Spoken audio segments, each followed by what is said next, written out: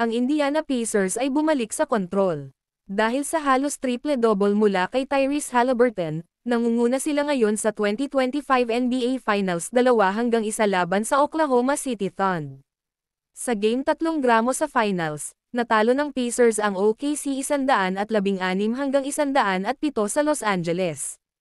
Pinaliwanagan ni Tyrese Haliburton ang court na may 22 points, 11 assists, at 9 rebounds, isang board lang ang nahihiya sa triple-double.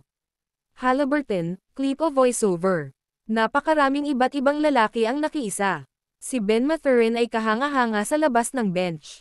Speaking of the bench, si Benedict Mathurin ay sumabog para sa isang career playoff high na 27 puntos, habang si TJ McConnell ay nagdagdag ng enerhiya, umiskor ng 10 puntos at nag-swipe ng 5 steals.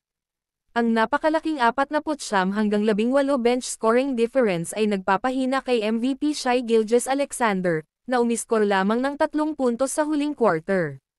Purihin ni Coach Rick Carlisle ang hindi makasarili na pagsisikap ng koponan. Sinabi niya, ito ang uri ng koponan na tayo, hindi palaging pareho ang mga taong sumusulong. Naghatid din si Pascal Siakam na May 21 puntos, na muling pinatunayan na ang Pacers squad na ito ay binuo sa lalim, grit, at chemistry.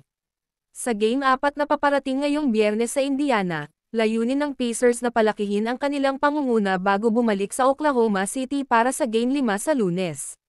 Maaari bang bumalik ang Thunder, o ang Pacers ay nasa isang marcha ng kampyonato?